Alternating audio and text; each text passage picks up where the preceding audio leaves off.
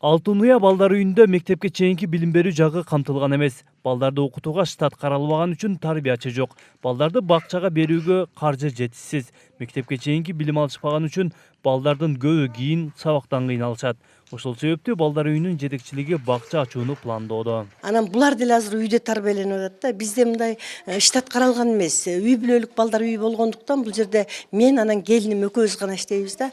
Анан чындыгында баягы физически бизде эч кандай жетише албайбыз да. Ушулардын кирин жууп, тамагын жасап. Бул жерде жалпы 12 бала тарбияланып жатат. Алардын 7-өө мектепке барса, калганы үйдө калат. Эгер балдар үйүнүн өзүндө бакча ачылып калса, 60 бала менен бирге мектепке чейинки билим алышмак. Кошумча орундарды балдар үйүнүн жетекчилиги сырттан толтурууну болжоп койгон. Бала бакча ачканга, мисалы үчүн менде мүмкүнчүлүгүм бар. Менде мындай имарат бар да. Алардын коммуналдык төлөмү, анан кийин айлык акысы, анан баягы анча-мынча каржылоо маселеси мени мындай түшөлтүрөт да. Эгерде ошол болсо, ушул балдарга ушундай бала бакчаны ачып койсок, ушуларды билимдүү кылып тарбияласак, мүмкүн булардын арасынан өтө шыктуу, өтө таланттуу балдар чыгышы мүмкүн да келечекте. Ал үчүн жергиликтүү бийликтин көмөгү керек. Алтын Уя жетекчиси бала бакча куруу демилгесин Ош мэриясына буга чейин айткан, бирок кагаз түрүндө расмий кайрылышы элек. Ал жерде үй бүлөлүк үй болуп атпайбы балдарга?